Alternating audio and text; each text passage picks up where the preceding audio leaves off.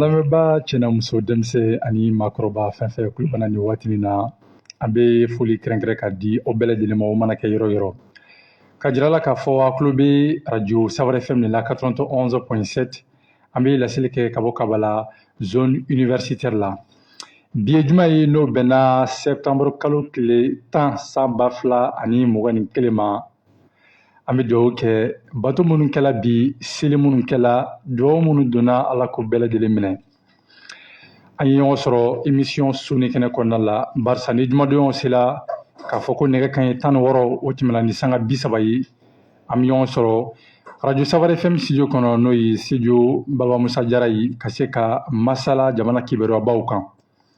suni kɛnɛ jamukan ye min bɛ lase aw ma juma o juma ka daminɛ waati kofɔlen la n'o ye 16h30 ka taa bila 18h la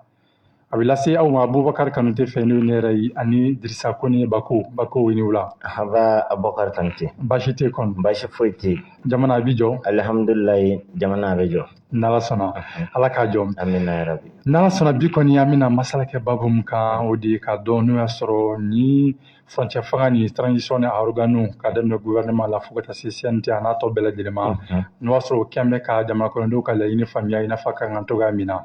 o hukumu kɔnɔna la sisan ka wele sela ayiwa maa fila ma n'o ye Lamini Kulubali ale ye société civile ma ye fo ka taa se Fafɔɲɔgɔn Dawu ma ale ye parti politique ma ye n'ala sɔnna sɔɔni a yɛrɛ n'a kumakan mɛn bi kɔni an da bɛna se babu caman ma barisa a ma dogo maa si la k'a fɔ an bɛ waati min na sisan nɔ fɛn caman bɛ yen n'o bolodalen don transition kɔni a bɛ taa la dɔɔni dɔɔni an ye kalo caman kɛ kalo min kɔni dira o 18 mois ye kuma caman bɛ sen na bi kɔni an n'a walawalali a caman na yaasa lamɔw bɛ se ka faamuya sɔrɔ cogoya min na bako minnu b'an lamɛn an mana kɛ siraw sɔrɔ ye minnu bɛ k'an filɛ an ka bɔlɔlɔ siraw kan n'an ka fiɲɛ siraw kan bɛɛ lajɛlen bɛ se ka sɛnɛ jamukan na ni a suranna banna an bɛ nɛgɛjuru siraw labila u bɛ se ka wulili kɛ faranga bɛ maa min bolo walima ɲininkali mana kɛ maa min bolo bɛɛ lajɛlen bɛ se ka kɛ an ka siraw ye fila ye fɔlɔ ye mukan 80 mukan ni tile 47 filanan o ye 82 82 84 83 maa min tɛgɛ bɛ nɛgɛw kɛrɛfɛ la bi o ye Seru Danbele c'est ne n'ala sɔnna dafejɛ kɔni a bɛ kɛnɛ kan n y'a dɔn nin dɔgɔkun kɔnɔ la fɛn minnu kɛla kunnafoniya la o ka ca kosɛbɛ n'ala sɔnna yan'an ka don o kɔnɔ sa an b'a ɲɛsin Seru Danbele ma a ka fiɲɛni bɔ an senkɔrɔ sɔnni an bɛ se ka na an ka babu kɔnɔna Koni tamba demokrasi chiento ye Kada kajoyo roko sera horo nyala Kudu malite ni bi malite unteke Ke wale ula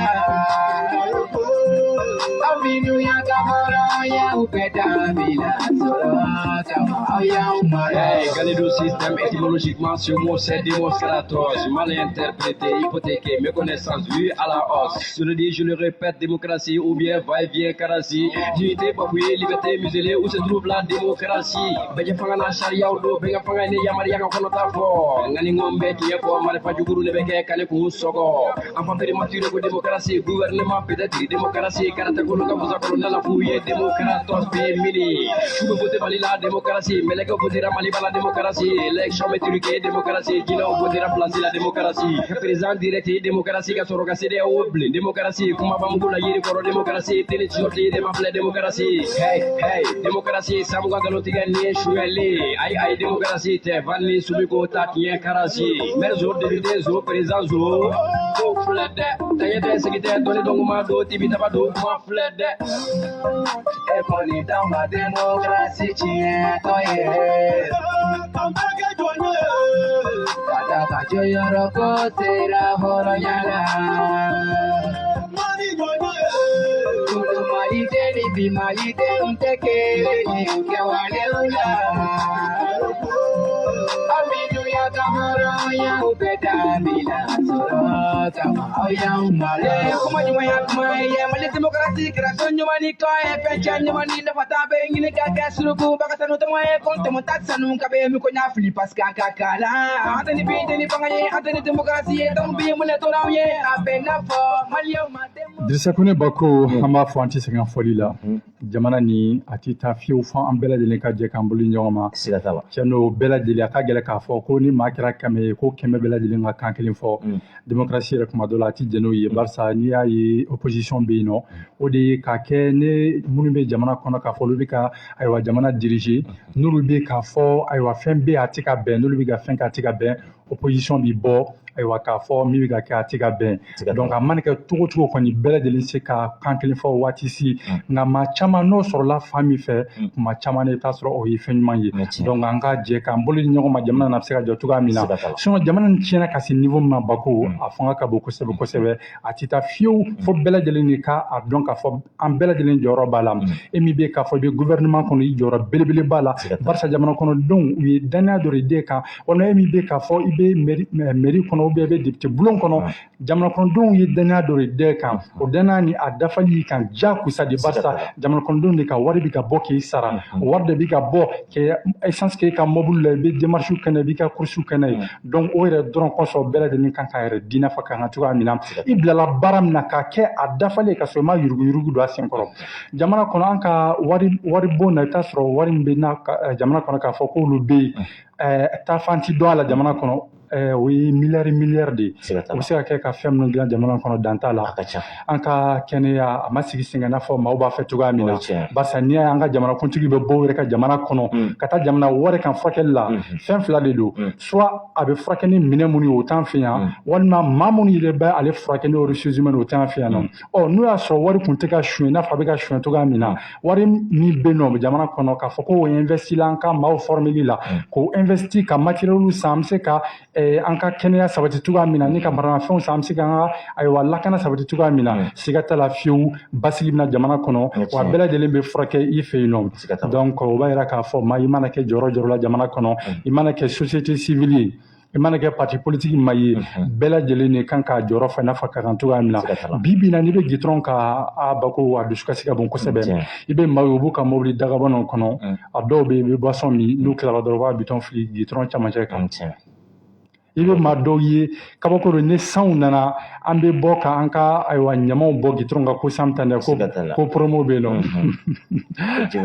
ko ji bɛ taa n'a ye olu bɛ ka ɲinɛ min kɔ ni ji taara n'a ye a bɛ taa bila maa wɛrɛ de ka da la tuguni a mana kɛ promo min ye e bolo promo don mais a bɛ taa bila maa min ka da la promo tɛ dɛ donc nin bɛɛ ye jamana jɔli fɛɛrɛw de ye donc e bɛ min na précisément ani e bɛ niveau min na i kan k'i ka baara kɛ ka dan o niveau de ma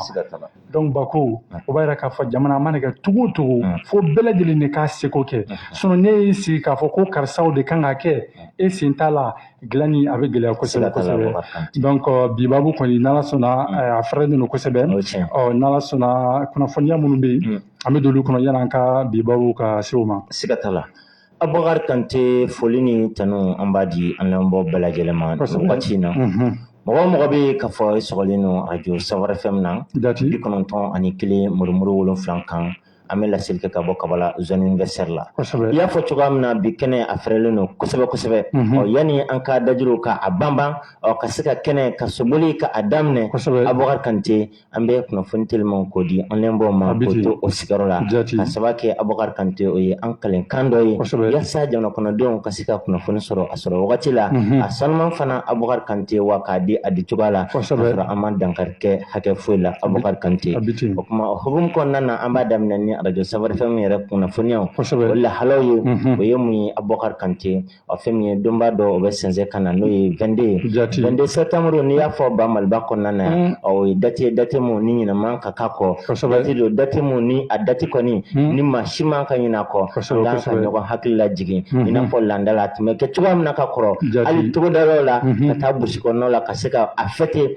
yaasa hali bi maa minnu bɛ yen n'o ye an ka togodalamɔgɔw ye olu fana bɛ se k'a dɔn 22 mun do a nana hukumu jumɛn de kɔnɔna na hukumu kɔnɔna na radio Safari FM kanubaga jɛkulu aw kɔni bɛ k'a labɛn ba sabati ɲinan 22 ka se ka a fêter ka a ɲɛnamaya o y'a a kanubaga jɛkulu ye Abubakar Kante o kama bi kuma hakili la e yɛrɛ dontɔla radio da la jamaba ye da la o kɔni bɛ ka dalala in ka a binw ka a siyɛn k'a larawe yaasa ka se ka na 22 ka fêter cogoya min na a kɛkun tɛ dɔwɛrɛ yaasa denmisɛn minnu bɛ yen o k'a dɔn mun ni mun de tun bɛ kɛ 22 la fɔlɔ 22 yɛrɛ dabɔla don mun kama kuma o kɔni o baara o bolodalen don radio Savar FM ana kanba jɛkulu fɛ hakila ye promoteur yɛrɛ ka dababa y'a bolo dala ye fo ka taa se club yɛrɛ président ma o kuma an b'o fɔ nin kɛnɛ kɔnɔna na Abubakar Kante n'an bɔla yen an bɛ don hali bi jamana kunnafoni wɛrɛ kɔnɔ Abubakar Kante semaine kɔni kɔnɔ fɛn min ye CEDEAO mɔgɔ ka cidenw o kɔni tun bɛ an ka jamana kɔnɔna na depuis jamana ye gɛlɛya sɔrɔ ni fanga yɛlɛma min kɛla fɛn min Abubakar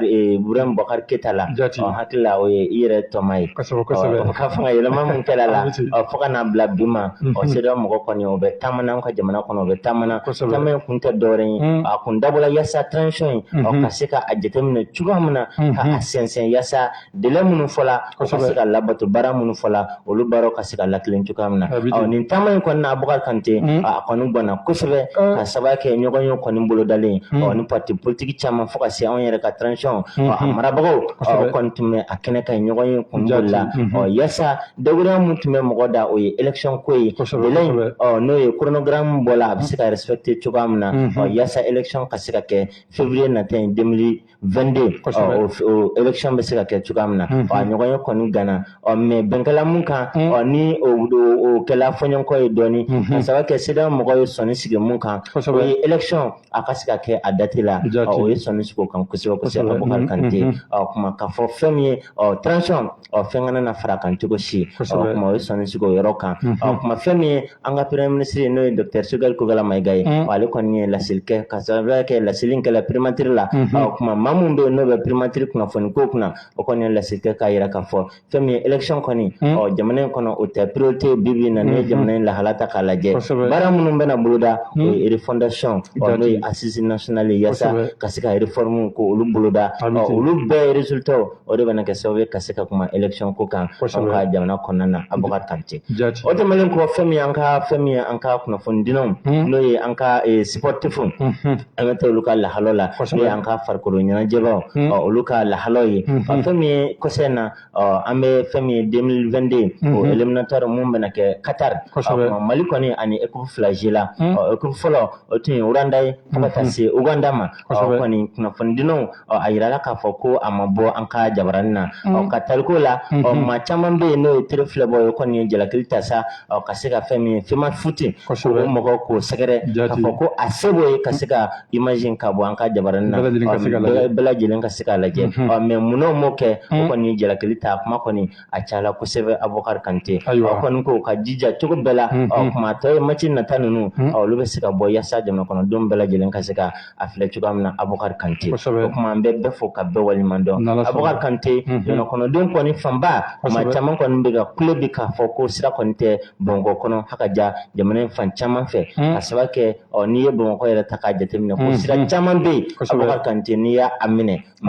ko don sira cɛnlen don kosɛbɛ kosɛbɛ Abubakar Kante o kɔni ko ka wele da kɛ yaasa fanga marabaw sira ninnu bɛ se ka lasago cogoya min na k'a ka an sago ye an bɛ mun fɔ fana jamana kɔnɔdenw hakɛ mun bɔ o kana bɛɛ lajɛlen kɛ ka hakɛ ka a bɔ a sira ma o tɛ n'o ye vɛnti ko ni taxi ko ye kuma ni olu bɔla a sira ma Abubakar Kante kuma a fɔ kɔni bɛ ja kosɛbɛ kosɛbɛ kuma ni baara mun ma kɛ an b'a fɔ k'a filetigi fɔ Abubakar Kante an bɛ ye o de kama Abubakar Kante ka bɛɛ fɔ ka bɛɛ waliɲuman dɔn Abubakar Kante ni wagati la n'Ala sɔnna Dirisa Kone Bako an b'i fo kosɛbɛ kunnafoni ɲuman ninnu dili la i ka kunnafoniya kɔni laban ni min ye n'o ye sirako ye Mali kɔnɔ bi bi na a kɛn bɛ kɛ baara ye kosɛbɛ barisa kuma dɔ la n'i bɔla e bɛ bɔ ni fini min ye i bɛ se i seyɔrɔ waati ma o sɔrɔ a bɛɛ lajɛlen nɔgɔya barisa gitɔrɔn bɛɛ lajɛlen ye how ye a bɛɛ lajɛlen gratelen don motow bɛ tiɲɛ mawudiw bɛ tiɲɛ kabako don vraiment alors que i bɛ taa sɔrɔ a dɔw yɛrɛ bɛ yen u dilanna a ma mɛn sira dɔw bɛ yen u dilanna u tɛ san kelen bɔ nka ni samiyɛ kɔni donna kaban o ye Bamakɔ sirako o ye a gɛlɛya daminɛ ye i bɛ taa sɔrɔ foncéw bɛ fa ji fɛ ji tɛmɛyɔrɔ sira tɛ yen u bɛna obligé ji bɛ obligé ka to gitɔrɔn kan a bɛ gitɔrɔn bɛɛ lajɛlen tiɲɛ donc a ka kan gouvernement ka fɛɛrɛ ɲini na n'i ye plan minnu kan ka kɛ gouvernement bolo n'a bɛ fɔ ko plan d'urbanisation mais kuma dɔ la an ka fɛnw an ka lieux bɛ urbaniser ka sɔrɔ plan foyi tɛ yen nɔ donc i bɛ taa sɔrɔ a degun ka bon kosɛbɛ kosɛbɛ fɛnw tɛ kɛ a ɲɛma foncéw tɛ bɔ a ɲɛma donc Bako vraiment a ko ka ca kosɛbɛ mais n'Ala sɔnna o b'a to an bɛ don an ka bi babu kɔnɔna la i n'a fɔ an y'a se an lamɛnbaaw ma cogoya min na émission ye soni kɛnɛ ye bi kɔni maa minnu b'an bolo an ka se ka masala an ka bi babu kan a fɔlɔ n'o ye kɛnɛ sɔrɔ ka bɔ o ye Fafɔɲɔn Dawu ye ale ye rassemblement pour le développement et la solidarité, au secrétaire au développement et l'environnement Maï. Donc, parti politique, bien Rassemblement pour le développement et la solidarité, allez au Maï, au Fanakof, Kramo Fenado, no, ancien yi. Anka Maoulini Flanaoui, Lamine Koulibaly, allez Fenaï, Kenas Rakaba, Lamine Koulibaly, allez restaurant Mali président, no, réseau IMI, organisation de la société civile au Franonka, au Fanakof, formateur douane, consultant d'eau, du qu'on a mis en Masala Babou Kaudi Kado, nous à Soro, Jamana organisé, nous y Chamachafouan, Fangani organisé, car ce gouvernement, président du gouvernement, ni CNT, Manoaso, Kembeka, Jamana Prondon Kala, une famille, une affaire, Kametugamina, Barça Amadou Masila, Kafa, Degume, Jamana Kania, Santani Koye, à Dekun, Nidotika Faraka, Msika, for Fuetika Bola, avec Agela Katafe, Wati Bella Gelina, Akaka Mauku Yeringa, Ferdi, Psychiatrique, Ya Samsika Boni, complètement, définitivement, Jamana Kalafia. Am se ka hɛrɛ sɔrɔ cogoya min na o b'a to n'Ala sɔnna an bɛ kuma di an kan ma olu ma u ka se ka foli bila lamɛnbaaw la yanni an k'an ka ɲininkaliw busamisɛn tɛn o la wala Fafɔɲɛ daw ɲini o la an b'i fɔ kosɛbɛ an ka wuli jaabili la o diyara n ye kumakan fɔlɔ ka ɲɛsin lamɛnbaaw bɛɛ lajɛlen ma Abubakar Kanute an bɛ Ala fo an bɛ Ala barikada alhamdulillah bi ye Ala ka donba ye bi ye juma ye an bɛ dugawu kɛ an ye dugawu fɛn fɛn kɛ bi Ala ka bɛɛ lajɛlen minɛ Ala ka Mali kalo suma Ala ka Mali taa ɲɛ n bɛ foli belebele ɲɛsin aw yɛrɛ ma ani a ka radio so maa bɛɛ lajɛlen ɲɛmɔgɔyaso ka jigi fo dugu ma an bɛ bɛɛ lajɛlen fo n'an bɔra yen n bɛ foli lase n yɛrɛ ka parti ɲɛmɔgɔbaw ma n'o ye Rassemblement pour le développement et la solidarité a ɲɛmɔgɔba bɛɛ lajɛlen ani a tɔnden Mali fan bɛɛ n'an bɔra yen an tɛ ɲinɛ an lamɛnbaaw kɔ aw ni anw ni y'an ɲamɛ ka kuma maa de bɛ yen min b'an lamɛn an lamɛnba cɛma ani musoma a denmisɛnnin maakɔrɔba an ka foli bɛ bɛɛ lajɛlen n'an bɔra yen nɔ n yɛrɛ jɛɲɔgɔnkɛ ale bɛ n kɛrɛfɛ yan n bɛ foli belebeleba lase aw ma n'o ye Sulemani Magalu ye maa cɛsirilenba don n bɔra yen an balimakɛ wɛrɛ bɛ yen n'o ye Mohamed Alamin Diko ye n bɛ foli kɛrɛnkɛrɛn ka ɲɛsin a ma a fari man d'a la ni waati n bɛ dugawu kɛ Ala ka kɛnɛyaw di jugu wɛrɛ tɛ maa la ni bana tɛ Ala ka a farikolo Ala ka se ka togo la o ye foli kumabaw ye yani an ka don kuma kɔnɔ i ye min fɔ Fafɔɲɔ daw don nka n yɛrɛ dɔnnen don tɔgɔ min na cɛ min n'a tɛ se kuma na o de ye n tɔgɔ yɛrɛ yɛrɛ ye kuma gɛlɛn ma dɔ de voilà merci nka min bɛ yɛlɛ k'i sigi tuguni barisa dafe jɛni kɔni kuma dɔ n'ale girinna bako o y'an ka taa ye dɛ donc k'i sigi cogo da n'Ala sɔnna an b'i fo kosɛbɛ an ka wele jaabi la an ka maa weleli filanan o ye Lamine Kulubali ye ale kɔni tɛ maa dogoli tuguni an ka kɛnɛ kan barisa an t'ale siɲɛ fɔlɔ ye Lamine i ni wula an b'a nu la basi tɛ kɔni alhamdulillah an bɛ Ala tanu an bɛ Ala barikada an bɛ kuma daminɛ ni auzubillahi mina shaitani rajim bismillahir rahmanir rahim an bɛ sitanɛ gɛn ka bɔ an ka studio barikama studio sanuma in kɔnɔna la n'o ye dɔnni studio ye Ala folen kɔfɛ ka sitanɛ gɛn an bɛ barika ɲini kɛ an mansaw fɛ ni y'a mɛn ko anw bɛ jɔ bi an bɛ kuma bi sababu ɲuman de bɛ an ka ɲɛnamayaw la ni o y'an faw n'an baɲumanw ye an bɛ foli ɲɛsin u ma an bɛ foli kɛrɛnkɛrɛn ka ɲɛsin an ka dugutigi ma an ka diinɛ ɲɛmaa bɛɛ lajɛlen ma kɛrɛnkɛrɛnnenya la an bɛ foli ɲɛsin radio savoir yɛrɛ a kanuba jolenw bɛɛ lajɛlen ma an b'a fɔ k'u ni ɲankuma an tɛ ɲinɛ aw yɛrɛ kɔ aw journaliste sɛgɛnbali ɲinɛbaliw parce que aw de bɛ miiri ni tasi kɛ ka préparation kɛ cogo min na lamɛnbaa jɛkulu bɛ se ka wasa sɔrɔ cogo min na aw b'i fo radio yɛrɛ technicien b'i fo direction yɛrɛ b'i fo ani promoteur a bɛ ɲini u fɛ hali bi k'u cɛsiri hali bi parce que ni maa min ko k'i bɛ baara don kunnafoni baara la i ci bɛ kunnafoni baara ma kunnasiri jamana kɔnɔna la a bɛ komi e ye école karamɔgɔ de ye école karamɔgɔ min b'a fɔ ka hakiliw wuli ka faamuyaliw jɛnsɛn cogo min na ɲɛta yɛrɛ bɛ se ka sabati cogo min na adamadenya bɛ se ka lafiya Ala k'an n'aw sara o baara la Ala k'an n'aw jiri o baara la fasojɔ kuma Ala k'a don an da faso ci kuma Ala ka n'o don an da Ala k'an ŋaniyaw ɲɛ Ala k'an sagow d'an ma jumaba in bonyana barika kama Ala k'an wasa Allahumma salli ala Muhammad amin rabi Ala ka o dɔw bɛɛ lajɛlen minɛ ayiwa ko transition daminɛla nin y'a kalo caman ye a bɛ ka taa dɔɔni dɔɔni an kɔni ma se ka min na kalo min dir'u ma n'o ye 18 mois ye o sera ban waati la o la a bɛ ka sɛnsɛn kosɛbɛ kosɛbɛ nin kɛlen fɔlɔ ka tɛnku an ka maa welenw la o ye k'u ɲininka baaraw yɛrɛ taabolo la fɔlɔ transition kɔnɔna la ɲininkali fɔlɔ bɛ Lamini Kulibali bolo. Baaraw taabolo la transition kɔnɔna la ala an tɛna kura fɔ parce que an bɛ fɛn fɛn fɔ alhamdulilayi mɔgɔ ranzomaw ɲɛna o ma se dantigili caman na maliyɛn bɛɛ lajɛlen dɔ faamuya furancɛ fanga ko in na anw bɛ ala tanu mun na parce que maliyɛn bɛɛ ma taa nanzara kalan kɛ mais maliyɛn bɛɛ n'a hakili bɛ ɲɔgɔn fɛ an b'an kini dɔn an b'an numan dɔn tiɲɛ yɛrɛ yɛrɛ la nkalon ye haramu ye min y'an se furancɛ fanga in ma gɛlɛya minnu y'an se a ma a gɛlɛya dɔ ye yuruku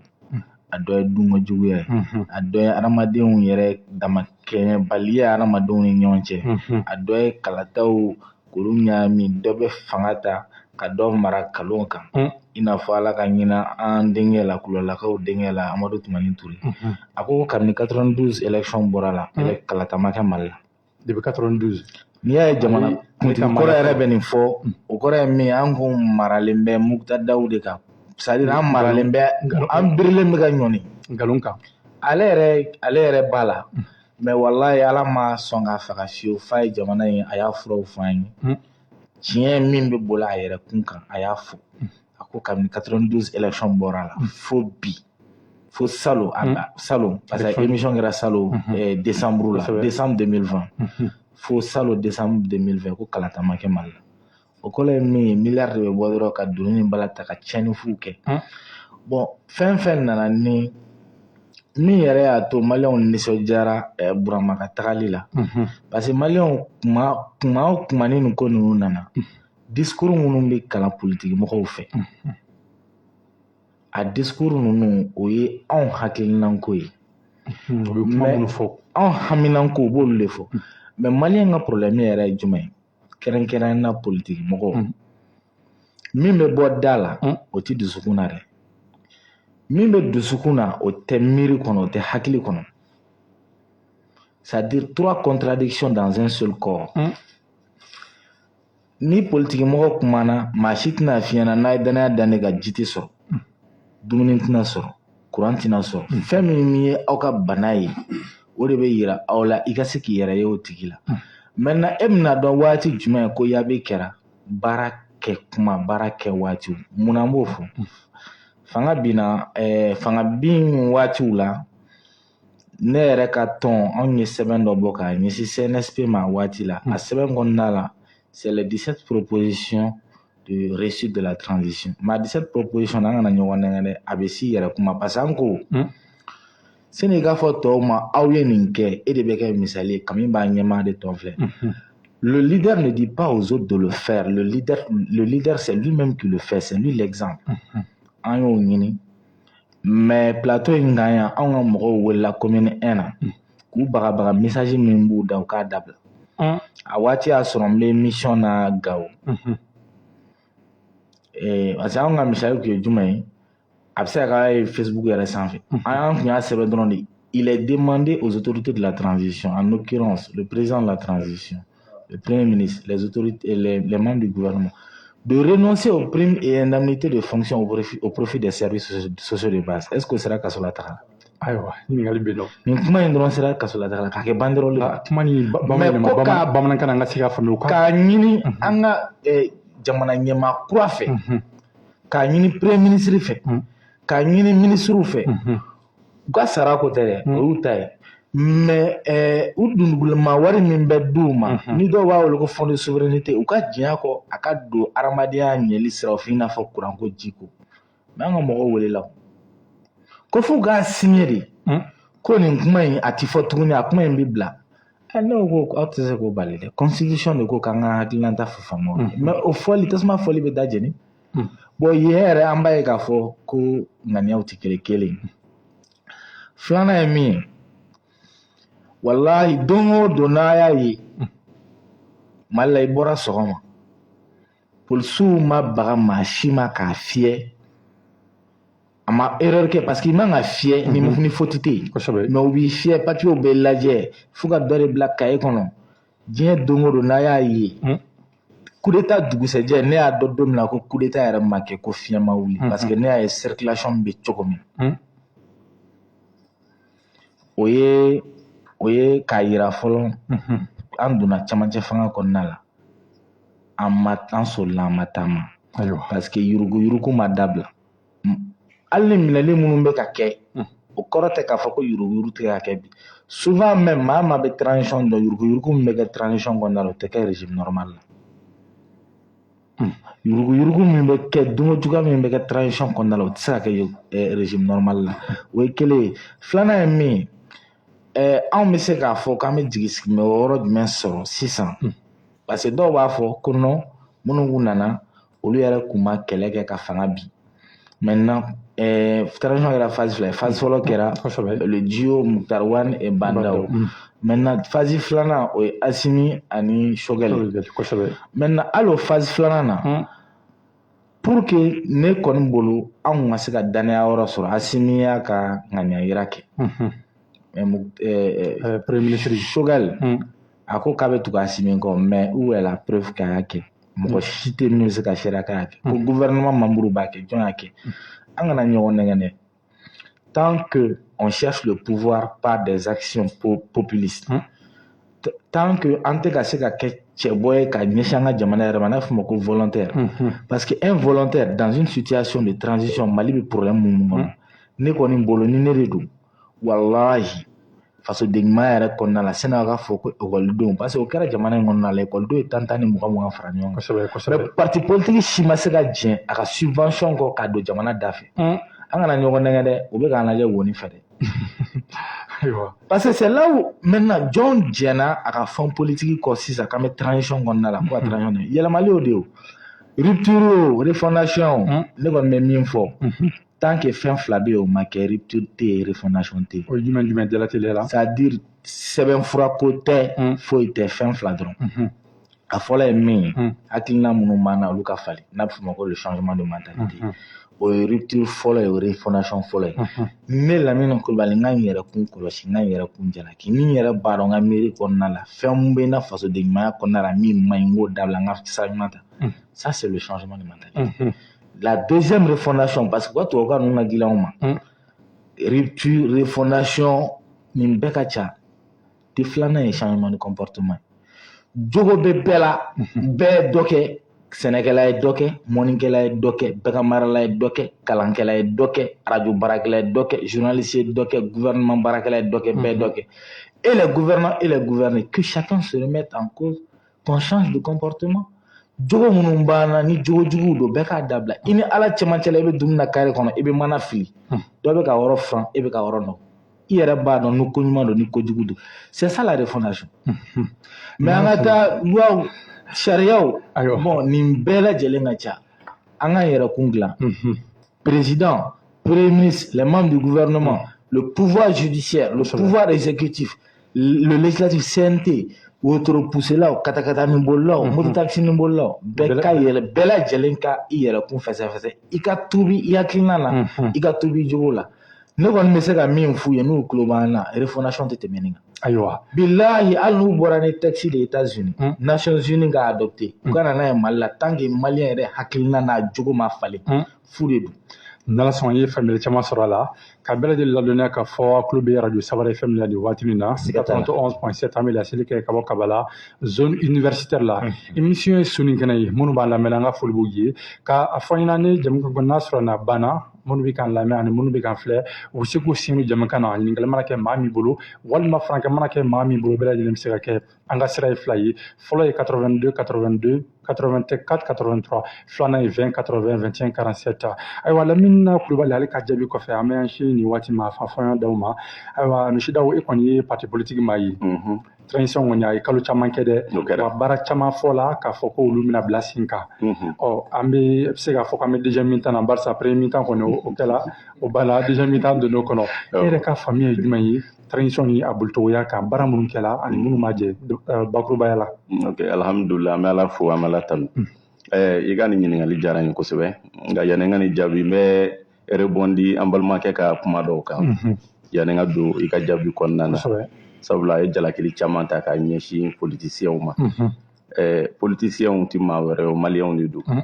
u tɛ bɔ kɔ kan ka na k'a fɔ k'u bɛna politiki kɛ Mali kɔnɔ anw maliyɛnw de don donc n'i y'a ye jogo b'olu la jogo min n'a ni an ka ko tɛ taa an kan ka k'an yɛrɛ ɲininka président fɛn o fɛn nana an ko k'a si ma ɲi a si ma bɔ yɔrɔ wɛrɛ a bɛɛ bɔra Mali kɔnɔ depuis o yɔrɔ hakili tɛ dan kan a bɛ kɔrɔsiyɛ a ko politiciens si ma sɔn ka jɛn u ka wariw kɔ ko k'a di jamana ma ko jamana bɛ gɛlɛya kɔnɔ o yɔrɔ in n bɛ dakuru ɲɛ kelen dɔrɔn a y'i da maga ekɔlidenw ta la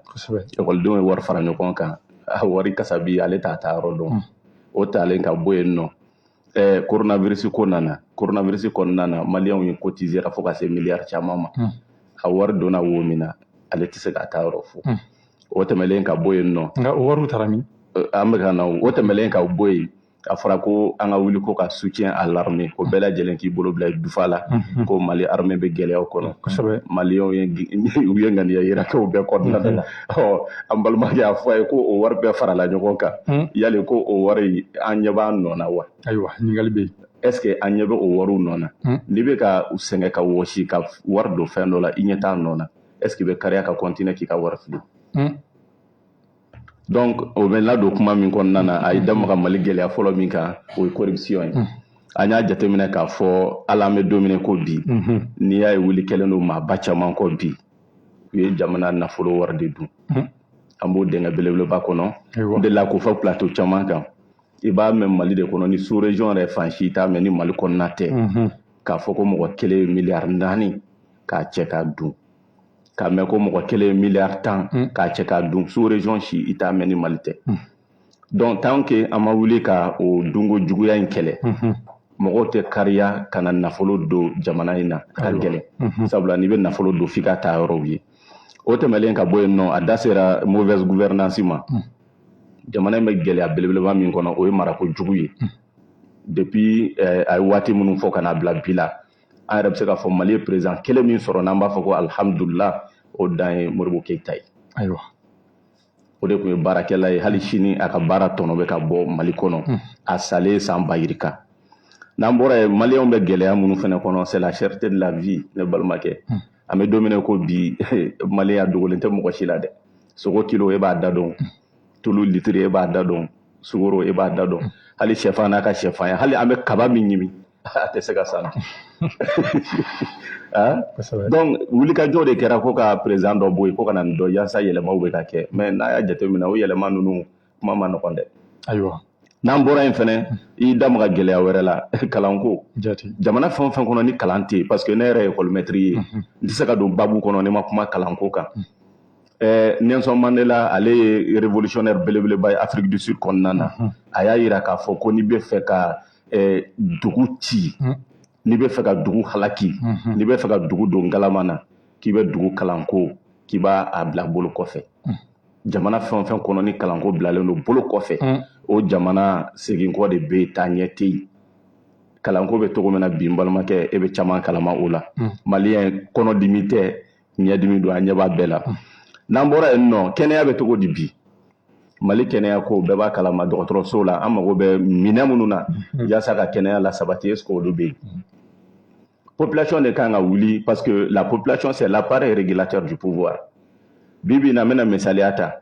nin faama fɛn o fɛn n'an bɛ k'a fɔ a jumɛn bɛ yen minnu den bɛ ka kalan Mali kɔnɔ a jumɛn bɛ yen min den bɛ ka furakɛ hali ni min muso kunkolo y'a dimi a bɛ taa furakɛ kɔ kan k'an t'o la jamana ye olu bɛ n'u da est-ce que olu bɛ n'u ɲɛsin an ka kalanko ma est-ce que olu bɛ n'u ɲɛsin an ka kɛnɛyako ma mais n'an ye an farala ɲɔgɔn kan k'a fɔ faama fɛn o fɛn bɛ yen par exemple Asimi de bɛ fanga la bi Asimi ka taa n'a den école publique la maliyɛn bɛɛ lajɛlen ka ye est-ce que Asimi bɛna kulonkɛ kɛ école publique kalanko la ni Asimi muso bɛ furakɛ an ka dɔgɔtɔrɔso la bi est-ce que Asimi bɛna kulonkɛ kɛ appareil ko la bi donc ninnu ye gɛlɛyaw ye gɛlɛya minnu n'an kan ka ɲɛsin olu ma yanni an ka taga yɔrɔ wɛrɛw la n'an bɔra o bɛɛ kɔnɔna na karamɔgɔkɛ Mali sɔrɔko bɛ cogo min bi e yɛrɛ bɛ caman kalama la Mali sɔrɔ bi hali sarako ni fɛnw n'i y'a jateminɛ saraw bɛ bila retard la sara min kan ka kɛ kalo hakɛ min na o bɛ taa bila fo kɔfɛ o b'a yira ko sɔrɔ ma labɔli kɛ o sɔrɔ tɛ se ka labɔli kɛ tant que dunko gɛlɛya dunko juguya bɛ yen donc ninnu ye gɛlɛyaw ye an ka ɲɛsin nin gɛlɛyaw ma a da magara an ka président kɔrɔ dɔ la n'o ye Amadu Tumani Ture a ko an ye refondation kɛ éducation na k'an ye refondation kɛ santé la maliyɛn ye refondation fasuguya bɛɛ kɛ karamɔgɔkɛ kelen bɛ o ma kɛ tant que o ma kɛ an tɛ taa ɲɛ koyi maliyɛn yɛrɛ de ka refondation kan ka kɛ ka tila ka maliyɛn yɛrɛ dilan tuguni k'a kɛ maliyɛn yɛrɛ yɛrɛ ye donc tant que o ma kɛ i mana taa éducation dilan cogo o cogo n'i ye mɔgɔ ta k'a bila yen est ce que a bɛ ɲɛnabɔ mɔgɔ min t'a a baara kɛ ka ɲɛ n'i ye santé ta hali ni nana ni jɛ appareil bɛɛ ye ka sigi ni mɔgɔ tɛ minnu b'a baara kɛ tilennenya la est ce que a bɛ taa ɲɛ donc il est temps que an ka segin an danbe kɔrɔw ma an ka segin an ka tagabolo kɔrɔw ma du kɔnɔna na du tun bɛ cogo di ka kɔrɔ denw tun bɛ lamɔ cogo di du kɔnɔna tun bɛ taa cogo di an bɛ segin olu de ma n'i y'a mɛn ko jamana a bɛ daminɛ du de kɔnɔ ni du ma ɲɛ jamana tɛ ɲɛ karamɔgɔkɛ ni ɲɔ ma ɲɛ mugu tɛ ɲɛ kuma ɲɛbila kuma ye nin yara an ka don kow kɔnɔna na an ye faamuyali caman sɔrɔ la an ka émission daminɛ la jamukan daminɛ la an da sera ma n'o ye CEDEAO ka nali ye jamana in kɔnɔna la n y'a dɔn ni an ka politique maaw fo ka taa se gouvernement yɛrɛ maaw ma o ye ɲɔgɔn yew kɛ ɲɔgɔn kɔnɔna la n y'a dɔn baabu kɔni u kumala fɛn caman kan mɛ bakurubaw la o ye kalata ye CEDEAO ma o sinsin o kan nka an ka gouvernement précisément olu fɛnɛ b'u sinsin min kan o de ye yɛlɛmaliba minnu kan ka kɛ i ka faamuya ye jumɛn ye u ka ɲɔgɔn ye laban ninnu na o ɲininkali fana o diyara n ye kosɛbɛ o ye ɲininkali nafama belebeleba ye sabula an bɛ tile minɛ ko bi maliyɛnw ni kunnafoni de ka kan adamaden yɔrɔ yɔrɔ ni kunnafoni bɛ yen fili ka dɔgɔ i ye CEDEAO ka nali min fɔ an bɛ don o kɔnɔna na fɔlɔ n'i ye CEDEAO ka nali jateminɛ Mali kɛlen ka Ibrahim Boubacar Keita ka fanga ben an ye mun jateminɛ CEDEAO wulila ka na fɔlɔ u y'a condamné sabula n'i y'a mɛn ko CEDEAO jamanakuntigiw faralen don ɲɔgɔn kan ani jamanakuntigi kɔrɔw c'est club de soutien de don jamanakuntigiw ka club de soutien o de ye CEDEAO ye fanga d'Afrique kɛra a ma diya u ye u y'a condamné donc u ye wulikajɔ dɔ kɛ an bɛ ka président min fɔ n'o ye Goodluck Jonathan ye ale n'a ka délégation nana Mali la a yɛrɛ kun nana fɔlɔ de ko fɔ ka Ibrahim Boubacar Keita sigi a ka fanga la a nɔ na i n'a fɔ ko foyi ma kɛ an y'a ye k'a fɔ Ibrahim Boubacar Keita yɛrɛ a yɛrɛ ko ale ka ɲi Mali fangako la ko ale yɛrɛ de jɛna o de la a y'a ka démission sɛbɛn CEDEAO ko n'a ma ɲɛ ko ni jamanakuntigi y'a ka décision sɛbɛn k'a fɔ ko ale bɛna fanga bila fo ka taga bolo dɔ de di transition ma n'i ye transition to a yɛrɛ ma a ti ɲɛnabɔ f'i ka a bɛrɛbɛrɛ k'a bilasira o hukumu kɔnɔna na a kɛra jamana kan n'o ye Ghana ye jamanakuntigi CEDEAO jamanakuntigiw ye ɲɔgɔn sɔrɔ a kɛra u ye ci bila Asimi ma Asimi yɛrɛ y'u sɔrɔ yen tagabolo min b'u fɛ u bɛ fɛ transition ka tagabolo minnu fɛ u y'a ɲɛfɔ Asimi ye u bɛnna jumɛn kan u bɛnna kan k'a fɔ ko transition in ko ka a bɛɛ lajɛlen kɛ kalo 18 bolonɔbilaw kɛra sɛbɛnw na nin yɔrɔ in nafa ka bon kosɛbɛ bolonɔbila kɛra o sɛbɛnw na k'a fɔ ko Mali transition ko kalo 18 ko a man kan ka tɛmɛ o kan an ye mun ye tuguni an nana ye k'a fɔ transition kɛra phase 2 ye maa fɔlɔ min n'o ye transition daminɛ n'o ye Bandaw ye an y'a ye coup d'état wɛrɛ kɛra Bandaw la ni ka président wɛrɛ sigi donc o kɛra fiɲɛ belebeleba ye transition na sabula baara minnu daminɛna o baaraw bɛɛ jɔra fo ka baara kura wɛrɛw daminɛ donc o hukumu kɔnɔna na CEDEAO wulila tuguni ka weleweleda kɛ hali n'a ma ɲɛ ko Bandaw bɔra yen transition kan ka taga sira min fɛ a ka taga o sira fɛ karamɔgɔkɛ n'i ko ko école place ye yɔrɔ jumɛn ye o ye école ye n'i ko ko kɛnɛya tigilamɔgɔ n'o ye dɔgɔtɔrɔ ye o place ye yɔrɔ jumɛn ye o ye dɔgɔtɔrɔso ye Sorasi ale place ye yɔrɔ jumɛn ye o ye kankɔnɔna ye o ye lakana ye donc o de la CEDEAO siranna ko kana fanga di Sorasiw ma sabula Sorasi ka baara tɛ politiki ye Sorasi ka baara o de ye ka mɔgɔw lakana ka mɔgɔw bolofɛn lakana ka jamana basigi a bɛ waati min na sisan hali kɔsani na u ye maître dɔ fana nommé ka bila gouvernement kɔnɔ dɛ o y'olu ka baara ye o mais e ko lakɔli maître olu place ko bɛ ayiwa lakɔliso kɔnɔna la nka sisan u ye maître dɔw nommé k'u bila gouvernement kɔnɔ o yɔrɔ la kanu tɛ yen n'a fɔra ko école maître n'an ko an bɛ don domaine kɔnɔ o ka bon kojugu école maîtriw bɛ yen nɔ minnu ka baara ye politiki kalan ye école maîtriw bɛ yen minnu ka baara ye jamana yɛrɛ tagako ɲuman o kalan ye école maître bɛ yen minnu ka baara ye sɔrɔw kalan ye n'i ko école maître domaine bɛɛ de b'a kɔnɔ est ce que a se ka kɛ fɛnɛ k'a fɔ ko finitigiw dɔw ka ye minnu ka baara bɛn bɛ jamana ko fɛnɛ o postuw bɛ yen nɔ n'i y'a ye n'i ye ministère fɛn o fɛn ta gouvernement fɛn o fɛn ta i b'a ye ministère dɔw bɛ yen o ministère bɛ di finitigiw ma sabula o y'olu ka lakana mɔgɔ tɛ taa école maître ta k'i b'a bila ministère de la sécurité la o t'o ka baara ye mɔgɔ tɛ taa école maître ta k'i b'a bila ministère de la santé la o t'o ka baara ye donc bɛɛ n'i ka baara don donc an bɛ taa ɲɛfɛ rapidement o kɔnɔna na CEDEAO mɔgɔw ye ɲɔgɔn ye u ni Asimi u ye bolonɔbila kɛ sɛbɛn na k'a fɔ ko Mali transition kalo 18 a man ka tɛmɛ o la CEDEAO ka wulikajɔ ani transition ka wulikajɔ a bɛɛ ye kelen wulikajɔ kelen de don n'i y'a mɛn ko transition ka baara belebeleba ye jumɛn ye ka kalata organiser élection organiser ka fanga kan ka di minnu ma o de transition ka baara belebeleba ye u bɛ ka refondation de l'état ni fɛn minnu fɔ ni i ko transition ka o baara bɛɛ kɛ karamɔgɔkɛ hali ni ye san 5 d'u ma a tɛ se ka kɛ mais maaw b'a la k'a fɔ ko mun na n bɛna Mali lakana an bɛ don o kɔnɔ dɔɔni yani parce que a b'an ka fɛnw kɔnɔ mais yani an ka don a kɔnɔ dɔɔni an b'a ébaucher n'i ye Mali lakana ta bi na lakana tiɲɛna est ce que a tiɲɛna san 1 n'i ye Mali lakana ta bi a tiɲɛna a bɛ ɲini ka se san 30 ma bana min ye san 30 sɔrɔ o bɛ se ka furakɛ tile 5 bana min ye san 30 sɔrɔ o bɛ se ka furakɛ san 2 o tɛ se ka furakɛ san 2 o bɛ furakɛ dɔɔni dɔɔni fo ka taa bana kɛnɛya mais bana tɛ se ka girin ka furakɛ yɔrɔ kelen k'o ka kɛnɛya donc président ɲuman min bɛna sigi Maliens minnu ka danaya ta ka da président tilennen min kan o président de bɛ continuer ka baaraw kɛ l'état est une continuité donc an y'a ye Goodluck Jonathan kumalasuruyala la o don a nana tuguni an ka ba Maliba kɔnɔna na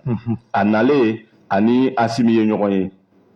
ani Choguel ye ɲɔgɔn ye ani gouvernement maa caman ye ɲɔgɔn ye o tɛmɛlen kɔfɛ ani politique tɔnw ye ɲɔgɔn ye o bɛɛ lajɛlen tɛmɛlen kɔfɛ ani diinɛmɔgɔw ye ɲɔgɔn ye ani jamana maaba maa o maa da bɛ se ka don jamana kunkanko la ani olu bɛɛ lajɛlen ye ɲɔgɔn ye nin bɛɛ lajɛlen hakilila de bɛ ta ka baara kɛ n'a ye CEDEAO tɛ kunfɛtɔ baara ye dɛ jamana ɲɛmɔgɔ baw de don minnu bɛ diɲɛ yɛrɛ tagabolo ɲuman adamadenya tagabolo ɲuman minnu b'olu dɔn o de la u ye nin lajɛ bɛɛ lajɛlen kɛ donc nin lajɛ bɛɛ lajɛlen jaabi ye mun yira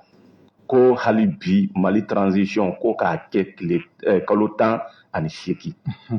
waati min dira bɛn kɛra waati min kan ko ka kalata kɛ ka bɛn o waati ma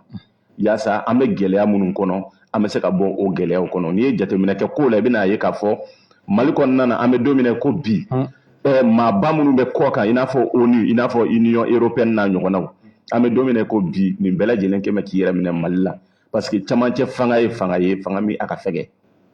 donc ni élection kɛra donc o fanga ka girin o la u bɛn'u ka danaya kurakuraya Mali kan u kan ka na ni dɛmɛ minnu ye o dɛmɛw bɛ se ka na cogo min na n'ala sɔnna an ye faamuyali caman sɔrɔ o la o la Lamini Kulubali ka faamuya ye jumɛn ye CEDEAO ka ɲɔgɔn ye laban n'aw ye min ka n'an ka politique maaw ani gouvernement maaw ye ne ka faamuyali ye min an bɛ CEDEAO maaw fo kɛrɛnkɛrɛnnenya Nigérien président kɔrɔ min bɛ a ko ɲɛmaya la o bi fo parce que nin de ye hadamadenya jɛ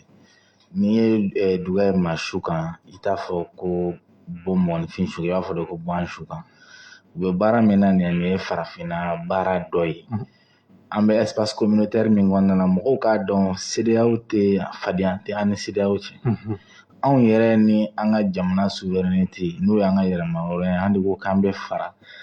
espace communautaire kan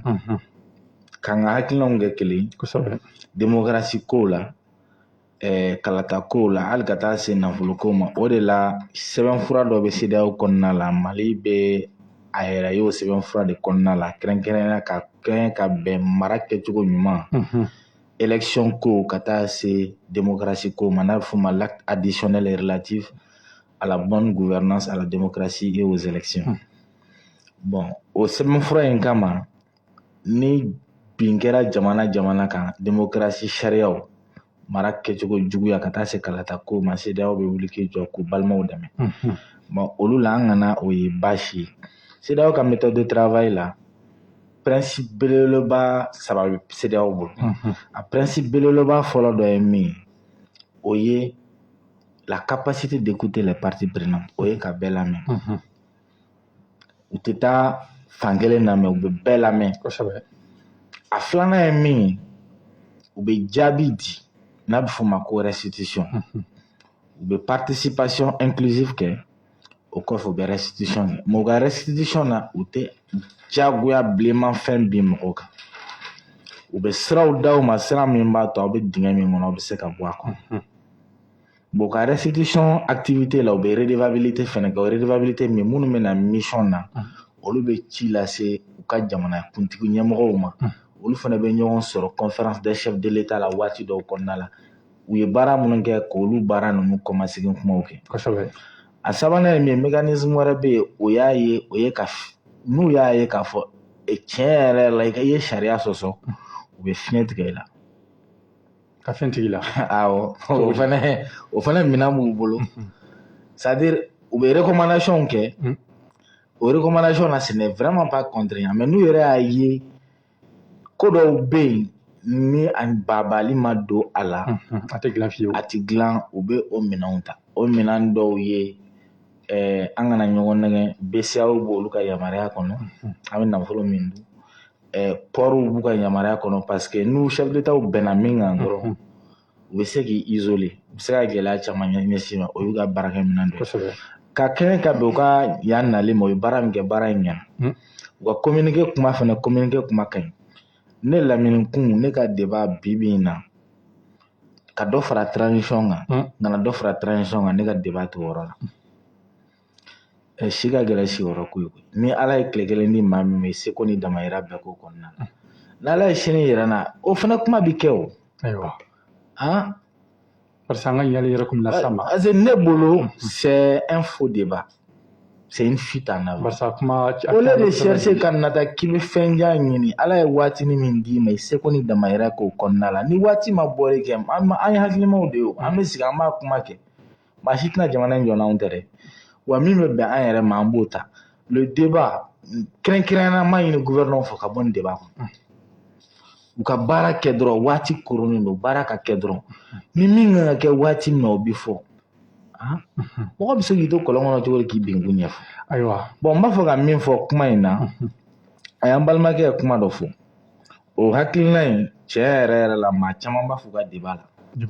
ne ye juriste ye ma deli ka baara kɛ gouvernement fɛ mais hali espérance fitinin min bɛ na o ye Nations Unies ta de mais n bɛna kuma min fɔ peut-être a bɛ se ka bala ale la mɔgɔw b'a ta ni ka segin kuma bɛɛ ko transition ka baara tɛ dɔwɛrɛ ka élection organiser ka président kura sigi n'o de don coup d'état kɛ ko kun tɛ ayiwa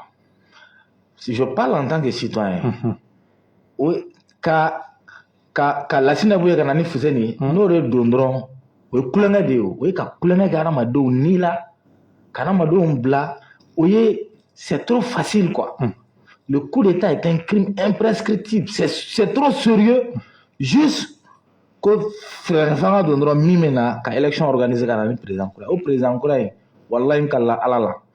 an bɔra kalata min kɔnɔ la parce que 2018 ne tɛ politicien ye mais politiciens bɛ fɛn min na n b'a ɲɛdɔn je suis expert électoral expert en gouvernance expert en démocratie n bɛ formation kɛ ne ye maa 2000 de mobiliser observation électorale la sur le financement de l'Union européenne 2018 la an ye rapport minnu kɛ gouvernement mago ma k'a la Union européenne ye pression monter 2020 la Union européenne ko k'u tɛ se k'an financer parce que gouvernement min b'an bolo a tulo ka gɛlɛn i bɛ fiɲɛ yira u la k'a fɔ ko nin ye dingɛ u bɛ ka taa dingɛ kɔnɔ u bɛ taa kɔnɔ o élection kolon in mais Danemark y'an financer ani OIF an ye observation kɛ an y'a f'u ɲɛna jamana tacogo man ɲi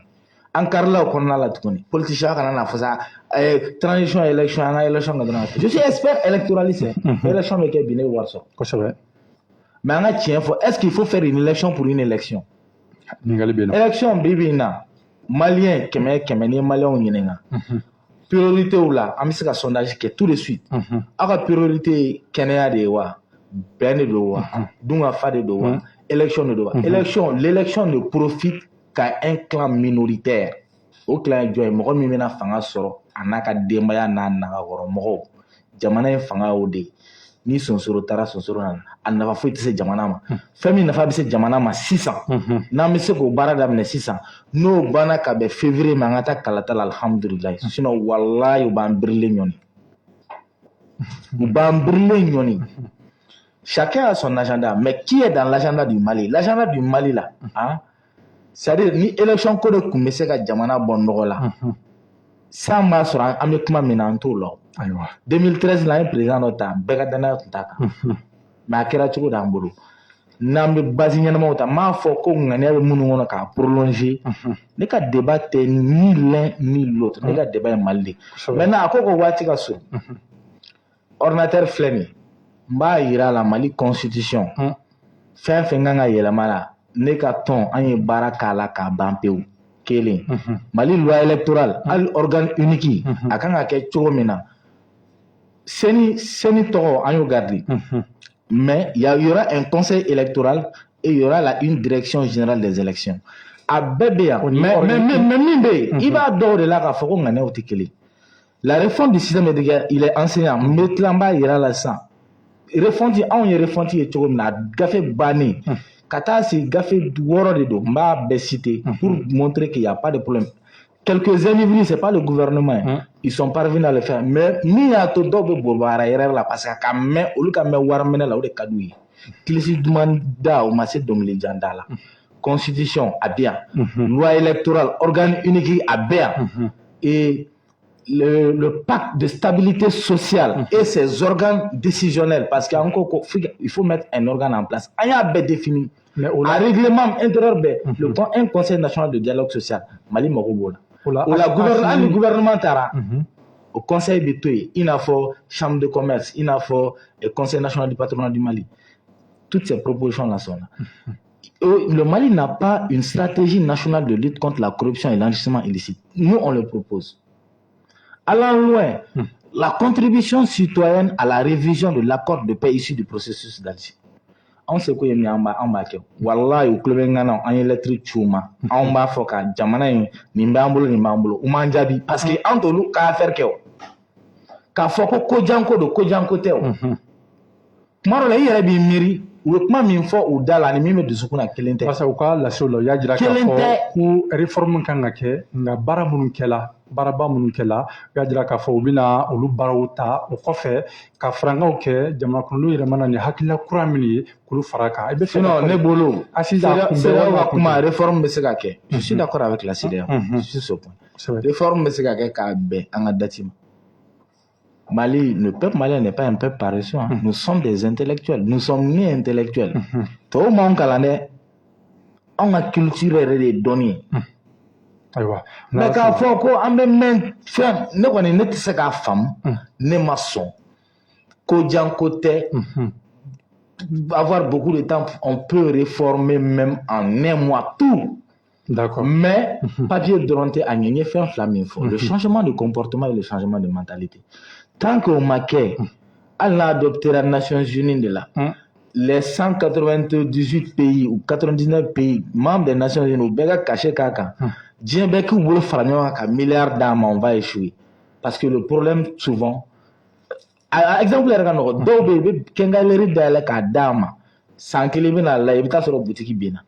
Adamena à madame. Mais le problème, c'est lui-même. Bon, au problème est mal là. Il a dit quelque chose, je suis d'accord. La refondation du citoyen malien lui-même. Voilà. Mais dire que moi, mon problème, ce n'est pas le délai. Mais mon problème, on me propose que au club chaque semaine. Ils sont trop sérieux. Nous, on est trop sérieux. D'accord. Mais en t'ayant fait. Mais nous, on est pour le Mali. Et la solution du Mali, on t'a fait la proposition guerre. Projet de loi, un draft de projet de loi à 10 mois. Il veut mis boire, il veut mis faraka, il veut faraka. On y a un force de l'image aujourd'hui. Maintenant, on a un match, non, tu sais que c'est une paresse intellectuelle. Ayo, hani famille chama sorola. Kalamo la donna ka fo club radio Savoir FM la 91.7 amila silike ka bokala. Zone universitaire la. Jamkan soni kanai bi da feje abika tatu ka na abika tati. Kan ile lambo fe ka aywa dofra radio volume ka. Munu bi gala menu ko écouteur wi ko dofra aka. Barsa émission ma ba folom albi amigata. Da feje ko ni aleti senga fiu. Ne mamunu baka nyulu ma senge da feje aleti senga fiu. O ba to amanyen shi aywa fafanyo dawma nyingal flaka tengoila afola ye karatawi afsira ke wona sira ke ani lamine kulbala ka kuma kono la dasi la réforme ko fenema réforme na kumbe wal ma kunte kanute bi fo ika o nyingal na wa mina sige kuma kan na fa batina yala an be ne ka armade mbo kuna sinina ka kuna foni jelen kuna foni nyuma ka di mɔgɔw ma ka taga bolo nyuma ka adi mɔgɔw ma o de an sigi ku ye radio so en kona ya ne ko ngo election ka kɛ ne ma fɔ ni ye jateminɛ kɛ ko la RFI a fɔ an diɲɛ bɛɛ y'a lamɛn ambassade Belgique olu ye communiqué kɛ bɛɛ lajɛlen bɔra kalama ko kalata ka kɛ l'ONU l'UEMOA la CEDEAO an yɛrɛ ka politique tɔn minnu bɛ Mali kɔnɔ yan olu fanba ka fara an ka diinɛ mɔgɔw kan ka fara an ka maabaw kan nin bɛɛ lajɛlen hakilila de ye k'an bɛ waati min kɔnɔ k'an ka bɔ a waati kɔnɔ ale filɛ ka minnu fɔ i y'a mɛn ko ka révision institutionnelle ni fɛnw kɛ n terikɛ ni kɛnɛya ma sabati olu bɛ se ka kɛ yan ni lakanaw ma sabati olu bɛ se ka kɛ yan mais an bɛ ka jateminɛ kɛ ko la i bɛ ka wuli ni bi cɛ dɔ farala ko kan ou bien dɔ bɔra ko la bɛɛ lajɛlen ɲɛ b'a la ni baara tun bɛ ka kɛ comme il le faut maliyɛnw yɛrɛ de tun bɛ wuli CEDEAO ye nali min kɛ i tun b'a dɔn k'a fɔ ko maliyɛnw bɛ fɛ dɔ ka fara waati kan nka n'i y'a ye maliyɛnw ma wuli n t'a dɔn ne bɛ ka fɛn dɔ lakɔlɔsi maliyɛn bɛɛ degunnen don bɛɛ lajɛlen tɔɔrɔlen don mais maliyɛn mankunnen don o bɛ ko dɔ ko fɔ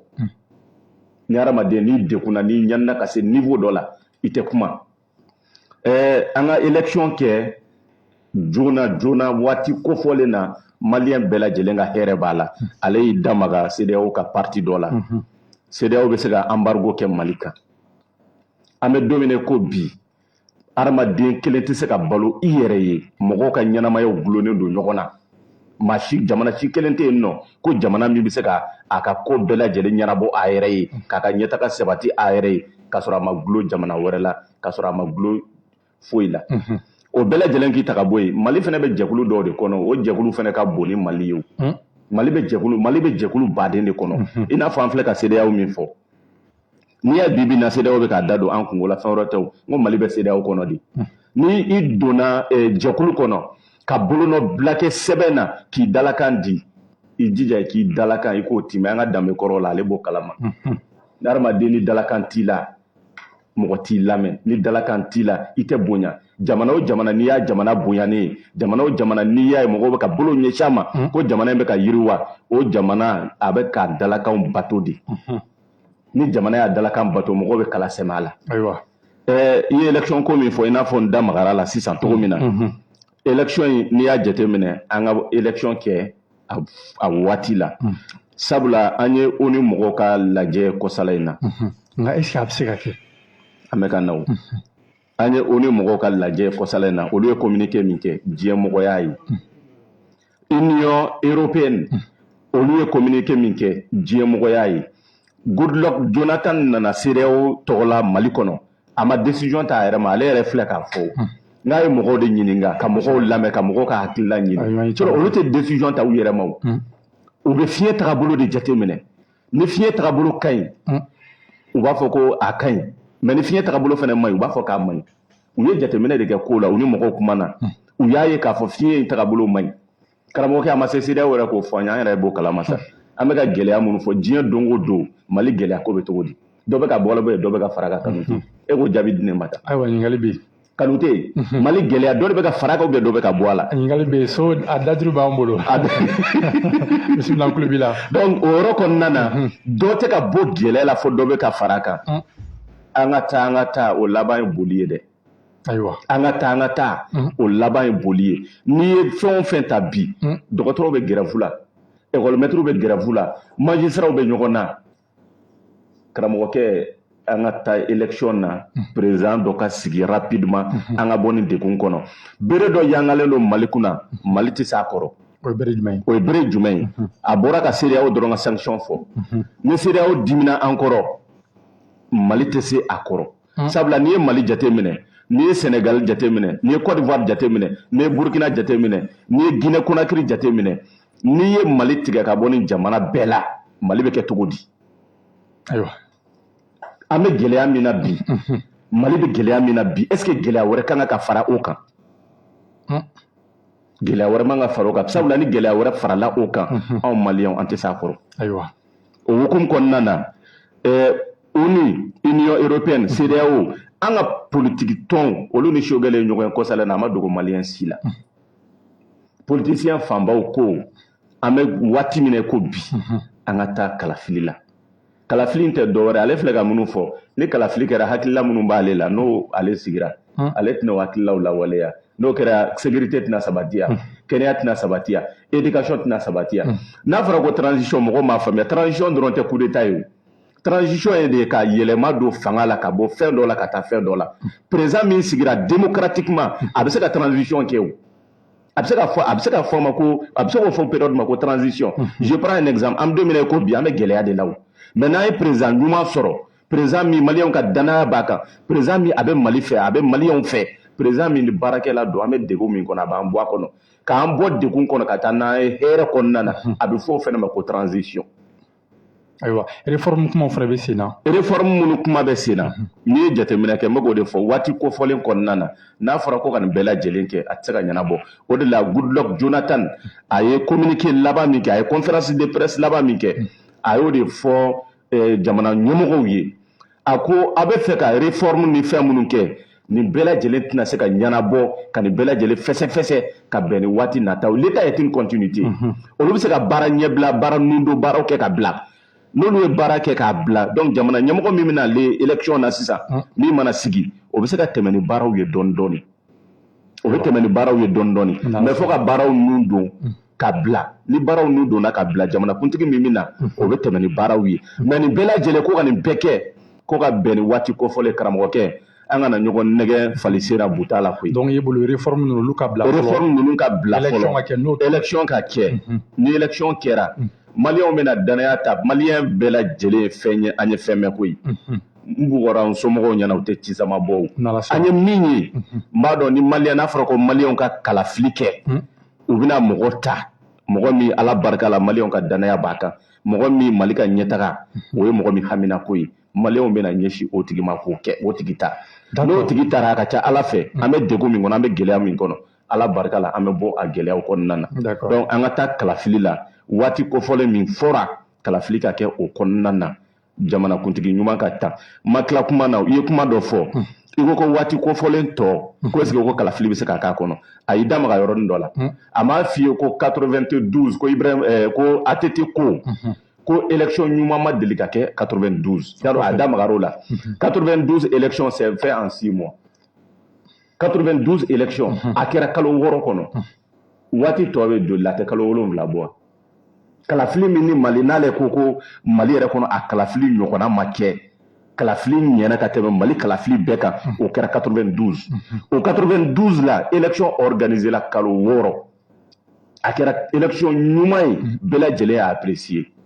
donc c'est pour te dire que waati yɛrɛ min b'an bolo a tɔ ka ca yɛrɛ élection bɛ se ka kɛ ayiwa an ye faamuyali caman sɔrɔ la a lamɔ ladɔnniya k'a fɔ tulo bɛ radio Sahel FM de la Idrissa Kone Bako n y'a dɔn lamɔ kɔni u ka waati sera an bɛ sira dayɛlɛ maa minnu bɛ k'a fɔ u bɛ k'an lamɛn walima minnu bɛ yen u bɛ k'an lajɛ nin waati in na bɛɛ lajɛlen bɛ se ka sen don jamukan na ɲininkali mana kɛ maa min bolo ko tɛnku an ka maa welenu la walima a ka di maa ye k'a fara an ka kɛ bɛɛ lajɛlen bɛ se ka kɛ sira ye fila ye a fɔlɔ ye 20 80 21 47 n'o ye 20 80 41 47 20 80 21 47 ne maa min m'o sɔrɔ sira filanan bɛ yen nɔ i bɛ se k'o fana tenter n'o ye 82 82 84 83 n'o ye 82 82 84 83 fɔlɔ ye 20 81 41 47 ma fɔlɔ b'an kɔ an b'o lamɛn allo allo i ka radio fanga mi ɲɔgɔn faamu ale ka nɛgɛjuru sira fosi la bago k'a fɔ lamɔbaaw ɲɛna ni minnu y'an wele u bɛ se k'u yɛrɛw janya kosɛbɛ u ka radio la wala an bɛ ɲɔgɔn faamu walima u b'a volume jigin kosɛbɛ an bɛ ɲɔgɔn faamu sira ye fila ye fɔlɔ ye 20 81 47 allo allo ani wula baasi tɛ yen somaw dun alhamdulilayi tɔgɔ ni jamu kan wele ka bɔ min Jibril Cissé bisimila Jibril an kulo b'i la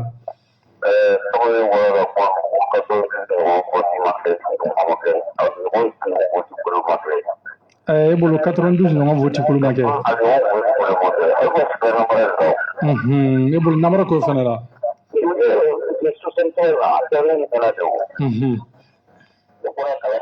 kosɛbɛ jati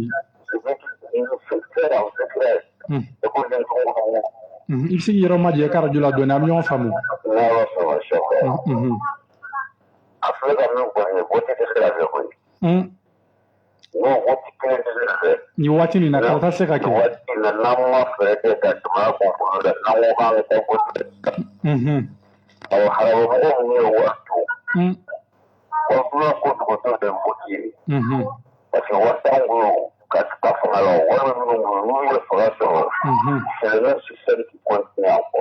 n'ala sɔnna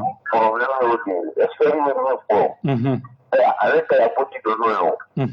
o ka baara de fera pas ne ma kalanden ni dɛmɛ fili kɔ mais ale a mali wolo ni dɔnniya ye mali ye dɔnni bagati n'ala sɔnna n'an kɛra poti la wallahi ya ye notre coup d'état a jahala ke si wa sɔrɔ ya ye notre coup d'état n'ala sɔnna an ye hakilina faamuya kosɛbɛ voilà ni an ka hakili sigi o ɲuman ɲini cɛ ye min faamu an b'o ma se ka fili mais mɔgɔ minnu bɛ kiiri la bi ni wari b'u bolo ka ne tɔgɔ tigɛ n'an kɛra poti la wallahi an b'a jugu sigi an kun ni min kɛra nin kɛra la wa ɲɔgɔn kɛra n'ala sɔnna an ye faamuyali sɔrɔ a la ka wagati dafa la an b'i fo kosɛbɛ wuli la ka kabalaka bɛɛ lajɛlen fo y'i to a la n'ala sɔnna sira labilalen don toujours maaw bɛ se ka wulili kɛ sira ye 2 ye 82 82 84 83 Bawada Banko. Allo somɔgɔw allo an tulo bɛ ka na tɔgɔ ni jamu kan wele ka bɔ min allo ale ka nin dugusa allo hakɛ to kɛ ka radio faga n'o kɛla an bɛ ɲɔgɔn sɔrɔ ka ɲɛ ale ka nɛgɛjuru sira fosi la hali bi dɔ wɛrɛ b'an kɔ an b'o tigi bisimila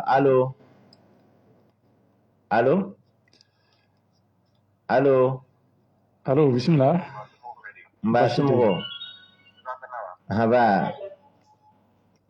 tɔgɔ ni jamu kan wele ka bɔ min allo ayiwa ale ka nɛgɛjuru sira a bɛ i n'a fɔ a basigilen tɛ bi kosɛbɛ maaw bɛ se ka weleli kɛ sira ye 2 ye 20 80 21 47 allo salam alaikum wa alaikum salam somɔgɔw dun tora alhamdulillah tɔgɔ ni jamu kan wele ka bɔ min Mahmoud Aidara bisimila ɲininkali b'i bolo walima Franka i bɛ ka wele ka bɔ fan jumɛn fɛ Kalabankɔrɔ si 2nan kɔrɔ bisimila Aidara an tulo b'i la voilà a tɛ hakɛ to an ye n balimakɛw ka kuma lamɛn kosɛbɛ mais an ka ko kelen jateminɛ si on parle sur les termes intellectuels c'est pas l'intellectualité occidentale qui a fait parler du Mali an k'o jateminɛ dɛ ayiwa Mali n'a danbe de don Mali n'a ka hɔrɔnya de don kosɛbɛ Mali n'a ka taabolo de don quand on parle de la l'espace CEDEAO Mali ni min ka taabolo bɛ taa ɲɔgɔn na a ka dɔgɔ dɛ ayiwa donc puisque jamana ti se ka taa i ka culture kɔ donc Mali taara k'a ka culture de to donc faut que Mali ka segin a ka culture de ma kosɛbɛ élection kuma tɛ yen o ayiwa an mago bɛ maaw de la on a besoin des hommes qui ont mûri en culture on n'a pas besoin des hommes qui ont la diplôme occidentaux le Mali n'a pas besoin de ça n'ala sɔnna wagati dafa la n'ala sɔnna Mahmoud Aidara an b'i fo kosɛbɛ wele la hakilina faamuya la siraw labɛnnen don bɛɛ lajɛlen sira ye 2 ye maaw bɛ se ka weleli kɛ 20 80 21 47 kosɛbɛ allo somɔgɔw baasi foyi tɛ yen hakɛ to kɛ ka kumakan kɔrɔta dɔɔni i tɔgɔ ni jamu i bɛ k'an wele ka bɔ min i tɔgɔ ni jamu jumɛn Tarawele François bisimila bon ne ka hakilina ye mun ye aw ka nin babu in na élection tɛ se ka kɛ sisan ayiwa ka fɔ bɛ nin jamana foyi tɛ ma labɛn fɔlɔ n'an ye élection kɛ mɔgɔw bɛɛ bɔra ka kuma sisan nɔ kuma kelen min fɔ de don n'an ko k'an bɛ taa élection na sisan i b'a dɔn coup d'état de tila ka kɛ sigi foyi tɛ ma labɛn donc an ka ninnu baara ka kɛ labɛn ka sabati pour que an ka se ka élection ɲuman kɛ ayiwa voilà o kɔni ye ne ka hakilina ye n'ala sɔnna François Traoré an b'i fo kosɛbɛ ka gɔnaka bɛɛ lajɛlen foyi tɔgɔ la siraw labɛnnen don toujours maaw bɛ se ka weleli kɛ 20 80 21 47 walima 82 82 84 83 allo Wa alaikum salam. I ka radio i bɛ se ka volume jigin kosɛbɛ an bɛ ɲɔgɔn faamu. Baasi t'u la. Nba i ka radio bi ma bɔ la an bɛ ɲɔgɔn faamu. Tɔgɔ ni jamu kan wele ka bɔ min? Bisimila an tulo b'i la sisan ka ɲɛ. I b'a fɔ dɔnkɛ. Bisimila an tulo b'i la. Ko ne a balimakɛ de ne yɛrɛ Dawu ye. I tɔgɔ ni jamu? Ne tɔgɔ ko Burama. Burama Dawu bisimila. A ye min fɔ. A ti ɲɛ dɛ. Ayiwa. Élection tɛ se ka kɛ. Ayiwa. Hali kati kɔrɔ yan n'i bɔra u bɛ attaqué. O wale ka fɔ bɛ kɛ cogo jumɛn na? An ka sabali sa, an ka sabali ni tɛ ɲɛ an kana fɔ k'a b'o karaba sa o ma ɲi sa. Wala ni mɔgɔ kan ka dɛmɛ ne yɛrɛ b'a dɛmɛ mais kile ɲɛ na ni min ma ɲi o ma ɲi. N'ala sɔnna Burama Dawu an b'i fo kosɛbɛ wele la hakilina faamuyala ka Katika bɛɛ lajɛlen fo i tɔgɔ la. Siraw labila n'o toujours Desakoni Bako n'aw bɛ se ka wele kɛ ko jaati ka se ka nɛgɛjurusira datugu fɔlɔ. Allo. Oui somɔgɔw. Tɔgɔ ni jamu kan wele ka bɔ min? Zumana Konate Gana. E bisimila. Donc i ka an fanga kɛ vraiment a ka ɲɛ ma quoi u kana an ka jamana bila coup d'État wɛrɛ kɔnɔ tuguni quoi. Cogo di? Mais an bɔra an dalen ko ka tise k'u kan ka élection de 91 élection yɛrɛ ka tɛmɛ élection bɛɛ kan. Donc ale yɛrɛ sigila élection donc o a tise ka o élection o donc o ma ɲa ka ale sigila namara de kun o la sa kɛ. Mais ka cɛ ɲininka o kuma in na. Bisimila i ka ɲininkali faamuya. N'ala sɔnna a ye ɲininkali faamuya. Ni Sumana ye an b'a fɔ kosɛbɛ Gɔnɔnkɔ fɛ yen. Kosɛbɛ. O kuma an b'a fɔ ka Gɔnɔnka bɛɛ lajɛlen fɔ a tɔgɔ la. A bɛ ten. An y'o de fɔ bɛɛ lajɛlen ni hakilina dɔn an n'a mɔgɔ kelen ta k'a datugu. Kosɛbɛ. Abubakar Kante. Jaati. Allo. Allo la. Wa somɔgɔw. Baasi tɛ. Ne fɛ ka cɛ ɲininka kuma dɔ la. I tɔgɔ ni jamu kan wele ka bɔ min? N tɔgɔ ye Ibrahim Diallo n bɛ yɛlɛ ka bɔ Senu. Senu bisimila. N b'a fɔ ka jɔn ɲininka. Ale ko 92 élection o y'a sɔrɔ kɛlɛ tɛ Mali la o. O ye kelen ye. La ale ko mɔgɔ ninnu k'u dalakan labato ko hɔrɔn min nana dalakan ye. Mais est-ce que Mali politicien kan k'u kuma fɔ wa? Kuma fila de bɛ n bolo ka bɔ. N'ala sɔnna ɲininkali faamuyala. Ibrahim Dawu an b'i fo ka Senu ka bɛɛ lajɛlen fo i tɔgɔ la. Siga t'a la. An bɛ nɛgɛjuru sira an b'o sonsoro yan. An b'a sonsori. Ka hakɛto ɲini kɛ maa minnu fɛ olu y'an wele n'u ma se k'an sɔrɔ. Siga t'a la. An bɛ hakɛto bɔrɔfa ɲini o fɛ. An bɛ kuma di an ka maa welelenw ma. N y'a dɔn ɲininkali caman kɛla dɔw yɛrɛ ye farankaw kɛ. Ka daminɛ ni Fafɔnya Dawu ye ale ye FDS RDS parti politique ma ye. Siga t'a la. Ɲininkali minnu kɛra la ka se ka jaabi di o la.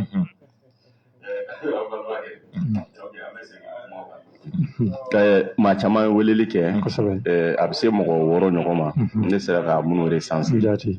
a mɔgɔ 6 n'i y'a jate minɛ a bɛɛ lajɛlen ka kuma bɛ taa kelen kan ko an kana tabila jamana na ko élection tɛ se ka kɛ n'an ye jateminɛ kɛ ko la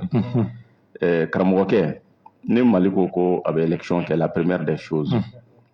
ni Mali ko k'a bɛ élection kɛ Mali kelen tɛna élection organiser mɔgɔ wɛrɛw de bɛna fara anw kan ka élection organiser olu bɛ ka ɲinɛ fɛn dɔ kɔ an bɛɛ lajɛlen hamina ko ye kelen ye an bɛɛ bɛ yɔrɔ jumɛn an bɛɛ bɛ Mali kɔnɔ kulukɔnɔ mɔgɔ bɛɛ lajɛlen hakilila ye kelen o ba tigɛ ko ɲuman ye ko in an ka kɛ ni hakili ye an kana kɛ ni dusu ye dusu yɔrɔ in ye mun ye dɔw ko culture président na culture do mɔgɔ la koyi culture bɛ sɔrɔ min famille kɔnɔ an ye kuma daminɛ n'o de ye ministre duru de b'i bolo k'a bɛɛ lajɛlen jaabi culture bɛ daminɛ famille kɔnɔ de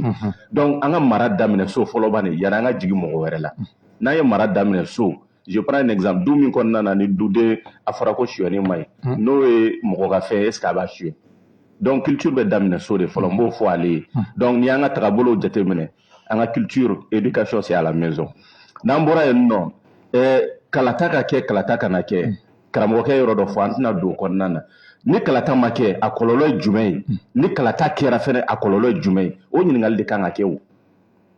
ni kalata kɛra a kɔlɔlɔ ye jumɛn ye ni kalata fɛnɛ ma kɛ o fɛnɛ kɔlɔlɔ ye jumɛn ye a bɛna mun de lase jamana ma n'an ye an ɲɛsin ni ɲininkali fila ma k'a jaabi an bɛna ye k'a fɔ Mali ka nafa bɛ min na moi je pense que malien bɛɛ lajɛlen ka o de ta kulusi ɲiginen a ka fisa n'a jɛnini ye ɲɛgɛnɛkɛna ni bokɛla nin bɛɛ bɛ dilan nɔrɔkɔ mais dɔ ko ka di ni dɔ ye n'an taara kalata la jamana wɛrɛw bɛna fara an kan an bɛ degun min kɔnɔna na an bɛ se ka bɔ degun kɔnɔ cogo min mais n'an ma taa kalata la ni bɛɛ y'i tigɛ ka bɔ an na CEDEAO k'a tigɛ ka bɔ an na union ONU ka tigɛ ka bɔ an na union européenne ka tigɛ ka bɔ an na ka Mali to a kelen na an bɛ kuma wɛrɛ fɔ min ni nin tɛ kelen ye ayiwa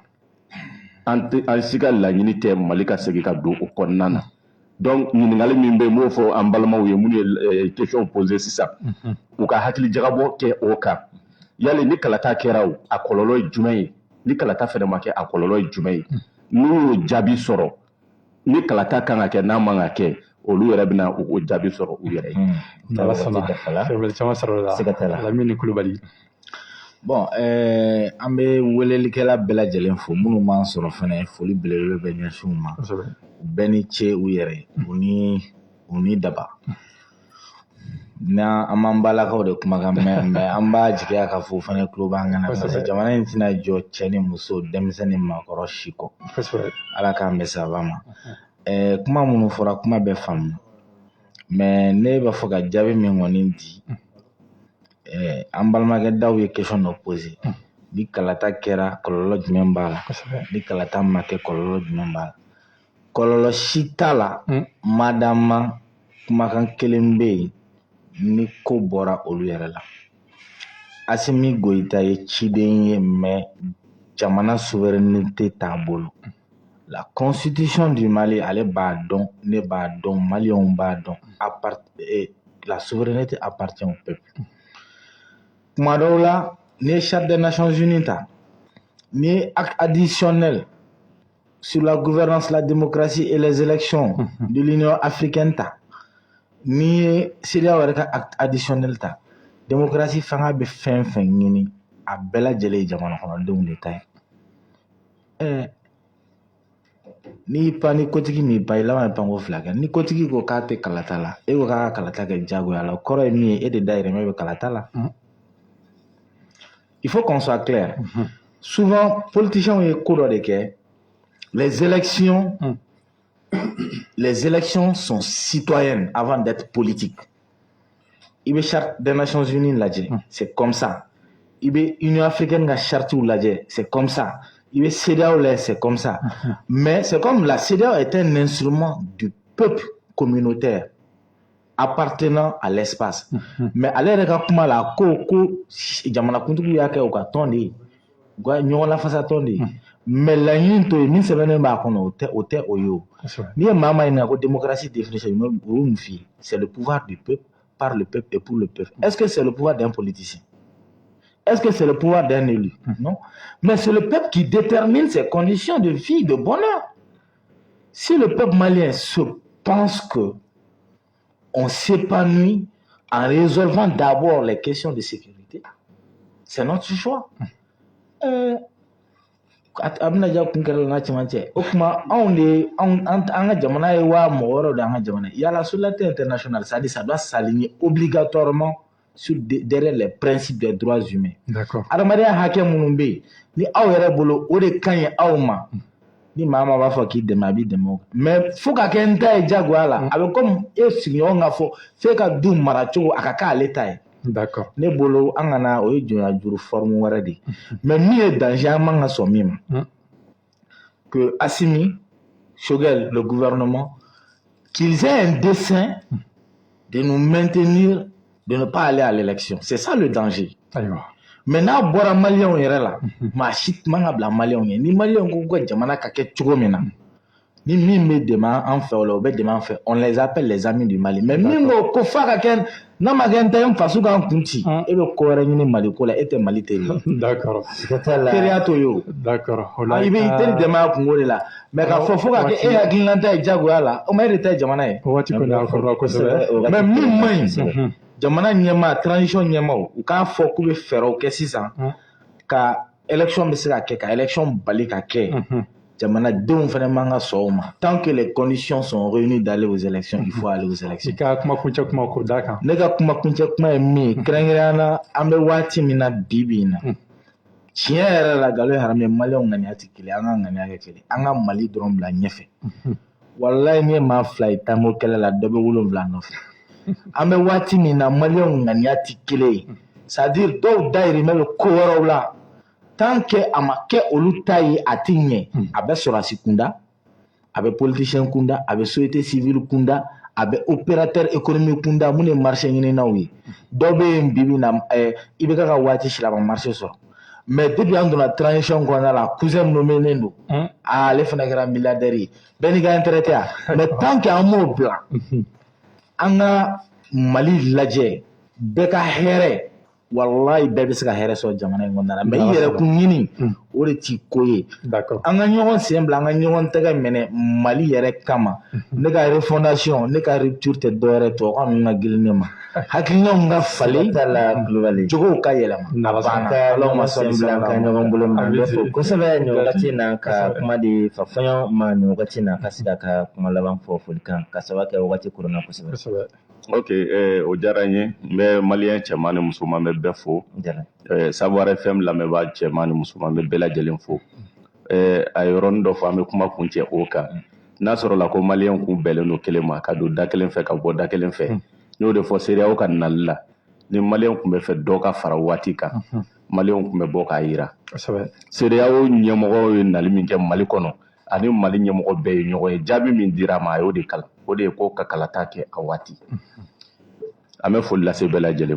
ma. Merci an bɛ fo kosɛbɛ Abubakar Kante ka foli di bɛɛ lajɛlen ma hakilila ɲininkali caman bɛ yen minnu kɔni n'a ma se ka tɛnkun an ka mawulilo na an b'a bisika don n'a nataw la an na se k'o ɲininkaliw k'o tɛnkun ka sababu kɛ maa caman ɲininkali kɛ ka ɲɛsin CEDEAO yɛrɛ lahalaw ma ka sababu kɛ n'i ye Mali ka kata ka Guinée ka kata n'o ye Laginɛ ye maa caman ye fɛn caman fɔ a la an da ma se ka s'a ma bi maa caman yɛrɛ kumana ka fɔ gɛlɛya da wulila Mali kɔnɔ kuma yanni a ka dafiri pewu CEDEAO mana walima CEDEAO tɛ se ka fɛn dɔ sigi sen kan wa yalima n'i y'a sɔrɔ président mu ko a jɛngɛna olu yɛrɛ y'a jɛngɛna kan ka se ka mun f'a ye yanni a ka taa dafiri maa caman y'a ɲininkaliw kan na don n'a natɔ la an na wele bila an ka maa wololo ma ka se ka na o ɲininkaliw kɛ n'i y'a sɔrɔ CEDEAO jɔyɔrɔbaw fana na Abubakar Kante yasa jamana kɔnɔdenw ka se ka bɔ a kalama an bɛ bɛɛ fo ka bɛɛ waleɲuman dɔn Abubakar Kante nin wagati na. N'Ala sɔnna Dirisa Kone Bako y'a fɔ cogoya min na lamɛnbaa cɛ n'a muso denmisɛnnin ani maakɔrɔ an bɛ bɛɛ lajɛlen fo minnu de tun bɛ k'an lamɛn nin waati nin na an ka fiɲɛ siraw fɛ 91.7 fo ka taa se an ka bɔlɔlɔsiraw ma n'o ye Savoir FM page Facebook ye Bako an bɛ foli bɛɛ lajɛlen ma n'Ala sɔnna jɛmukan nin yɔrɔ diffusion maa minnu nana bɛn a ban waati ma u bɛ se k'a dafalen sɔrɔ waati bɛɛ lajɛlen na an ka page Facebook sanfɛ 100.12 bɛɛ lajɛlen na a bɛ kɛ yen nɔ o fana kɔfɛ an ka fiɲɛ siraw ka rediffusion bɛ kɛ sini ka daminɛ nɛgɛ kanɲɛ 10 o mana tɛmɛ ni sanga 30 ye fo ka taa bila nɛgɛ kanɲɛ 14 na n'o ye midi 30 14 heures rediffusion bɛ kɛ o waati maa min tun bɛ nɛgɛw kɛrɛfɛ la bi o ye ayiwa Sidney ye Seydou Dambele n'o an yɛrɛ denkɛ ye ka kuma baara la maa minnu bɛ studio kɔnɔ o ye ne yɛrɛ Abubakar Kanute fo ka taa se Dirisa Kone Bako ma an ka maa wololen tun ye Fafɔɲɔn Dawu ale ye parti politique maa ye ani Lamini Kulubali ale ye société civile maa ye an bɛ u bɛɛ lajɛlen fo kosɛbɛ an ka wele jaabi la n'Ala sɔnna don n'a nataw la an na bɔrɔda wɛrɛ sigi ka se ka don baabu ninnu kɔnɔ en profondeur yaasa lamɛnw bɛ se ka faamuya sɔrɔ la cogoya min na o kɔnɔ sa an bɛ kami da bɛɛ lajɛlen k'a fɔ jamana Ala k'a basigi Ala ka nin waati ni hɛrɛ di ne ni aw bɛɛ lajɛlen. Amina.